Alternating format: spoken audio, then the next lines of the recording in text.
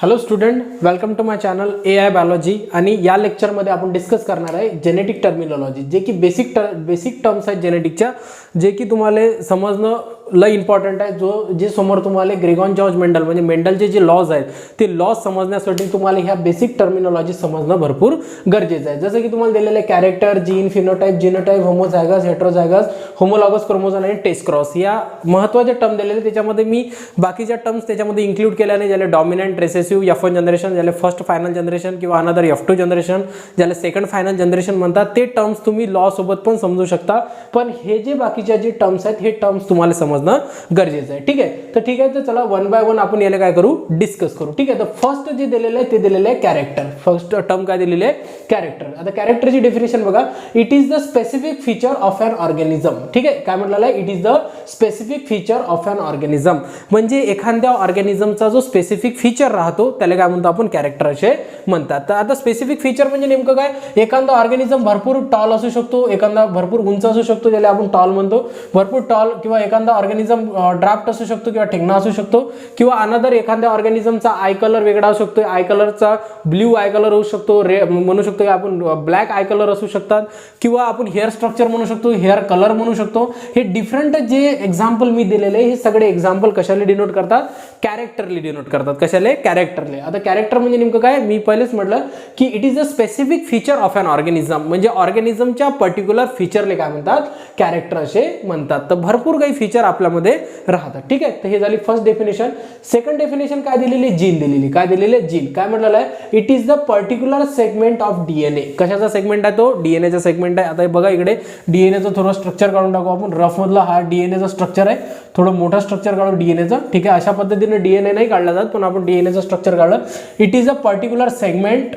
म्हणजे काय, जीन्स म्हणजे नेमकं काय म्हटलेलं आहे की it is the particular segment of DNA. कशाचा सेगमेंट आहे तो, DNAचा सेगमेंट आहे. विच इज रिस्पॉन्सिबल फॉर, कशासाठी तो रिस्पॉन्सिबल आहे, which is responsible for inheritance and expression of that character. म्हणजे बघा की कॅरेक्टर नेण्याचं काम पण जीन्स करण आणि कॅरेक्टर एक्सप्रेशन करण्याचं पण काम कोण करण, जीन करण. फॉर एक्झाम्पल, तुमचा आय कलर म्हणजे डोळ्याचा कलर जर एक डिफरंट असेल तर त्याच्यामागे कशाचं रिस्पॉन्सिबल राहते, जीन्स राहतात. जीन्स जे आहे जे की एका जनरेशन पासून दुसऱ्या जनरेशन पर्यंत नेण्याचं काम करते, त्याच्यामध्ये इनहेरिटन्स दिलेलं आहे. इनहेरिटन्स म्हणजे नेमकं काय, transfer of character one generation to another generation. ते कॅरेक्टर नेण्याचं काम पण जीन करतात आणि एक्सप्रेशन करण्याचं पण काम कोण करतात, जीन करतात. म्हणून जीनची डेफिनेशन काय, it is the particular segment of DNA which is the responsible for inheritance and expression of that character. ठीक आहे, हे डेफिनेशन लक्षात आली. ठीक आहे, तर अनदर थर्ड टर्म बघणार आपण की त्याच्यामध्ये दिलेलं आहे फिनोटाइप. काय दिलेलं आहे, फिनोटाइप. आता फिनोटाइप म्हणजे बघा काय दिलेलं आहे, फिनोटाइप म्हणजे काय की फिनोटाइपची डेफिनेशन दिलेली आहे की it is a external appearance of an individual for the any trend. कोणत्याही ट्रेंडसाठी जे एक्सटर्नल अपीअरन्स राहतात. एक्सटर्नल अपीअरन्स राहणे म्हणजे नेमकं काय की जसं की तुम्हाला माहिती आहे की सरळ काय की जे कॅरेक्टर तुम्हाला डोळ्यानं दिसतात. एखादा प्लांट जर उंच आहे, एखादा प्लांट काय भरपूर उंच आहे, तर भरपूर उंच आहे तर त्याच्यामध्ये जेनेटिक कन्स्ट्रक्शन आहे. जेनेटिक कन्स्ट्रक्शन काय, कॅपिटल टी आहे. पण जे की आपण हे पाहू शकत नाही, तर आपण काय पाहू शकतो, एक्सटर्नल अपीअरन्स पाहू शकतो. म्हणून काय की फिनोटाइप्स म्हणजे नेमकं काय, external appearance of an individual for the trend is called as phenotype. लक्षात ठेवा, जे कॅरेक्टर आपल्याला डोळ्यानं दिसतात, जसं की एखादा पर्सन उंच आहे ते तुम्हाला डोळ्यानं दिसते, ते त्याचं झालं फिनोटिपिक कॅरेक्टर किंवा फिनोटाइप. ठीक आहे, अगेन्स्ट काय दिलेलं आहे तुम्हाला, जिनोटाइप्स दिलेले. काय दिलेलं आहे, जिनोटाइप्स. जिनोटाइप्स म्हणजे नेमकं काय, जेनेटिक कॉन्स्टिट्यूशन और genetic makeup of an organism. म्हणजे एखाद्या ऑर्गॅनिझमचा जेनेटिक कॉन्स्टिट्यूशन और जेनेटिक मेकअप. जेनेटिक मेकअप म्हणजे काय, एखादा उंच असेल तर त्याचा जेनेटिक मटेरियल काय राहील, कॅपिटल टी. एखादा जर ठेंगणा असेल तर काय राहील तुमचा स्मॉल टी. किंवा अनदर म्हणू शकतो की अनदर डे टॉल राहतो तो असा कॅपिटल टी आणि स्मॉल टी. हा पण एक टॉल आहे आणि हा पण एक काय तुमचा टॉल आहे. तर अशा पद्धतीनं टॉल असू शकतो की these are the example of the genetic material किंवा जेनेटिक कॉन्स्टिट्यूशन.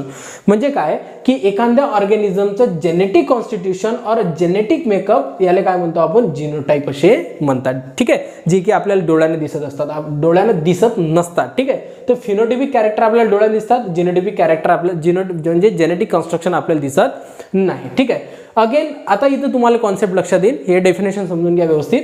काय म्हटलेलं आहे की होमो म्हणजे सिमिलर.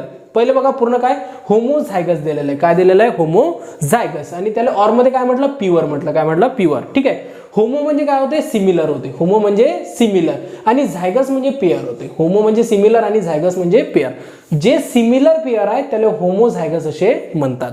आणि नेहमी लक्षात ठेवायचे की जे सिमिलर आहे ते काय राहते, तुमचं प्युअर राहते. जसं की कॅपिटल टी हे होमोझायगस पेअर आहे, म्हणजे हे सिमिलर आहे, आणि हे नेहमी काय राहील, प्युअर राहील. काय राहील, प्युअर आहे. इकडे लक्ष द्या.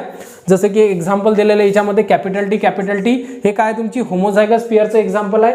आणि होमोझायगस पेअर मध्ये काय दिलेलं आहे की हे प्युअर आहे. प्युअर म्हणजे नेमकं काय की प्युअर टॉल म्हणून डिनोट केलं जाते. अनदर होमोझायगसचं काय एक्झाम्पल आहे, स्मॉल टी आणि स्मॉल टी.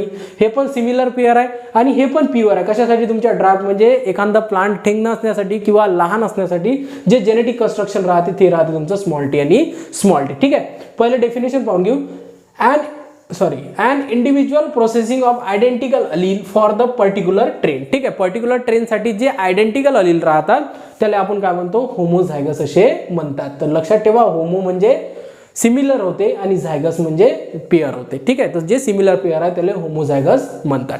अनंतर बघा याच्या विरुद्ध दिलेलं आहे हेटेरोझायगस. काय दिलेलं आहे, हेटेरोझायगस. हेटेरोझायगस म्हणजे नेमकं काय होते, हेटेरो म्हणजे डिसिमिलर, हेटेरो म्हणजे डिसिमिलर, जे की डिसिमिलर पेअर राहतील. झायगोस म्हणजे पेअर, जे की डिसिमिलर पेअर राहतील त्याला काय म्हणतो आपण, हेटेरोझायगस असे म्हणतात. जसं की त्याचं एक्झाम्पल काय, कॅपिटल टी आणि स्मॉल टी, दॅट्स हे सिमिलर आहेत का, एक कॅपिटल एक स्मॉल आहे, म्हणजे काय झालं तुमचं हे डिसिमिलर पेअर झाली, म्हणून त्याला काय म्हणतात, हेटेरोझायगस असे म्हणतात. बघा काय दिलेलं आहे की an individual possessing of constructing allele for the particular trait is called as heterozygous. ठीक आहे, प्रोसेसिंग किंवा कॉन्स्ट्रक्टिंग म्हटलेलं आहे त्याच्यामध्ये. ठीक आहे, तर म्हणजे नेमकं काय की डिसिमिलर पेअर, कोणती पेअर, डिसिमिलर पेअर, त्याला काय म्हणतात, हेटेरोझायगस. होमोझायगस म्हणजे सिमिलर आणि हेटेरोझायगस म्हणजे डिसिमिलर पेअर. अनदर काय दिलेले तुम्हाला, होमोलॉगस क्रोमोझोम्स. आता मी पहिलेच म्हटलं की होमो म्हणजे काय होते, सिमिलर होते, होमो म्हणजे सिमिलर, लॉगस होमोलॉगस क्रोमोझोम. जे क्रोमोझोम्स एकदम एक्झॅक्टली आहेत किंवा एकसारखे आहेत त्याला काय म्हणतात, होमोलॉगस क्रोमोझोम. पहिले आपण त्याची डेफिनेशन पाहून घेऊ. द मॉर्फोलॉजिकल जेनेटिकल आयडेंटिकल राहतात. आता होमोलॉगस क्रोमोझोमची एखादी जर डायग्राम काढायची म्हटली तर बघा इथं क्रोमोझोम्स काढतो मी. आता हा एक क्रोमोझोम्स आहे आणि हा अनदर क्रोमोझोम्स आहे. हे दोन क्रोमोझोम्स काय होमोलॉगस आहेत, दोन्ही पण काय दिसतात तुम्हाला, सिमिलर दिसतात, म्हणून काय झाले हे तुमचे होमोलॉगस आहे. कोणते क्रोमोझोम आहे तुमचे, होमोलॉगस क्रोमोझोम्स आहेत, होमोलॉगस क्रोमोझोम्स. ठीक आहे, होमोलॉगस म्हणजे एकदम सिमिलर क्रोमोझोम. हे आपण क्रोमोझोम आणि हा पण क्रोमोझोम काय दिसते तुम्हाला, सिमिलर क्रोमोझोम दिसते, म्हणून काय म्हटलं होमोलॉगस क्रोमोझोमची डेफिनेशन बघा.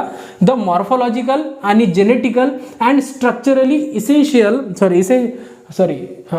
Essential chromosome present in the diploid cell is called as homologous chromosome. म्हणजे बघा की मॉर्फोलॉजिकल पण ते सिमिलर आहे, जेनेटिकल पण ते सिमिलर आहे आणि ते स्ट्रक्चरली पण सिमिलर आहे, म्हणजे एक्झॅक्टली जे आयडेंटिकल राहतात त्याला होमोलॉगस क्रोमोझोम असे म्हणतात. ठीक आहे, अनदर याच्यामध्ये कॉन्सेप्ट आहे non homologous chromosome. Non homologous chromosomes, non homologous chromosome म्हणजे नेमकं काय, जे क्रोमोझोम तुम्हाला आयडेंटिकल दिसत नाही. जर आपण याच्यामध्ये जर नॉन होमोलॉगस क्रोमोझोमची डायग्राम जर काढली तर जसा की हा एक क्रोमोझोम्स आहे आणि हा अनदर क्रोमोझोम्स आहे, जे की काय दिसत आहे तुम्हाला, हा दोन डिसिमिलर दिसत आहे, म्हणून त्याच्यामध्ये काय कॉन्सेप्ट लागेल तुमचा, नॉन होमोलॉगस क्रोमोझोम्स. लक्षात इथपर्यंत. अगेन्स्ट लास्ट डेफिनेशन दिलेले ते दिले तुम्हाला टेस्ट क्रॉस. काय दिलेले, टेस्ट क्रॉस. आता टेस्टचा मिनिंग काय होतो, परीक्षण करणे. टेस्ट म्हणजे परीक्षण करणे, टेस्ट क्रॉस परीक्षण करण्याचं क्रॉस. आता बघा काय दिलेलं त्याच्यामध्ये, it is the cross of F1 progeny with the homozygous recessive parent. कोणते पॅरेंट म्हटलेलं आहे, होमोझायगस रेसेसिव्ह पॅरेंट. आता होमोझायगस रेसेसिव्ह पॅरेंट मध्ये काय आहे की कशा पद्धतीने याच्यामध्ये प्युरिटी चेक केल्या जाते. आता बघा पहिले डेफिनेशन आपण फॉलो करू.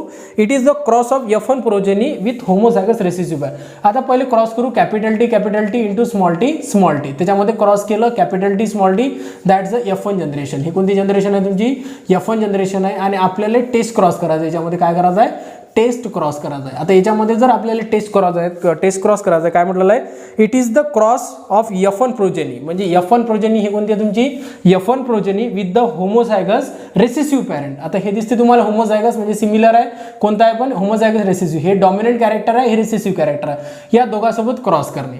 तर बेसिकली हे टर्म्स कशासाठी यूज केले जाते, कोणतेही पॅरेंट प्युअर आहे की नाही आहे. आता टॉलनेसचे दोन प्रकार असू शकतात. आता तुम्हाला माहिती आहे की आपल्याला जर प्युअर टॉल सिलेक्ट करायचं असेल तर तुम्हाला माहिती आहे की एक तर कॅपिटल टी हे पण टॉल होते आणि एक कॅपिटल टी स्मॉल टी हे पण टॉल होते. पण आपल्याला कोणत्याही ऑर्गॅनिझमचं किंवा कोणत्याही प्लांटचं जेनेटिक कन्स्ट्रक्शन पाहिलं जात नाही. तर जेनेटिक कन्स्ट्रक्शन आपल्याला दिसत नाही, आपल्याला त्याचं फिनोटिपिक कॅरेक्टर दिसते, एखादा टॉल आहे म्हणून, पण दोन पद्धतीने टॉल आहे. पण याच्यामध्ये जर आपण त्याच्यामध्ये रेसेसिव्ह म्हणजे F1 जनरेशनला जर आपण होमोझायगस रेसेसिव्ह सोबत जर क्रॉस केलं तर याचे रिझल्ट वेगळे येतात. बघा आता जर आपण येणारी जनरेशन, जसं की येणारी जनरेशन काय तुमची कॅपिटल टी स्मॉल टी, तर याच्यामध्ये आपण जर परीक्षण केलं तर याचे काय रिझल्ट येतील बघा. एक येईल तुमचा कॅपिटल टी स्मॉल टी, दोनच जनरेशन काढू आपण. त्यानंतर एक काय येईल तुमचं स्मॉल टी आणि स्मॉल टी. म्हणजे काय झालं की 50% ऑफ जे की प्रोजेनिस आलेले आहे ते 50% आले तुमच्या टॉल्स आणि 50% ऑफ जे आलेले आहे ते 50% आले तुमच्या ड्राफ्ट. ठीक आहे. तर मग काय झालं की आपल्या याच्यामध्ये लक्षात आलं की हे जे पॅरेंट आहे किंवा हे जे जनरेशन आहे हे नॉन म्हणजे प्युअर जनरेशन नाही आहे. जर हे प्युअर जनरेशन असती तर 100% याच्यामध्ये काय आले असते, टॉल प्लांट आले असते. तर मग बेसिकली प्युअरिटी चेक करण्यासाठी जे क्रॉस केले जाते त्याला टेस्ट क्रॉस असे म्हणतात. आणि टेस्ट क्रॉसची काय मेथड आहे, it is the cross of F1 progeny with the homozygous recessive parent. Homozygous recessive parent. ठीक आहे. तर हे सगळ्या ज्या इम्पॉर्टंट टर्मिनॉलॉजीज आहे, कशाच्या जेनेटिक्सच्या टर्मिनॉलॉजीज आहे जे की तुम्हाला समजणं गरजेचं आहे. ठीक आहे. ठीक आहे. ठीक आहे. थँक्यू.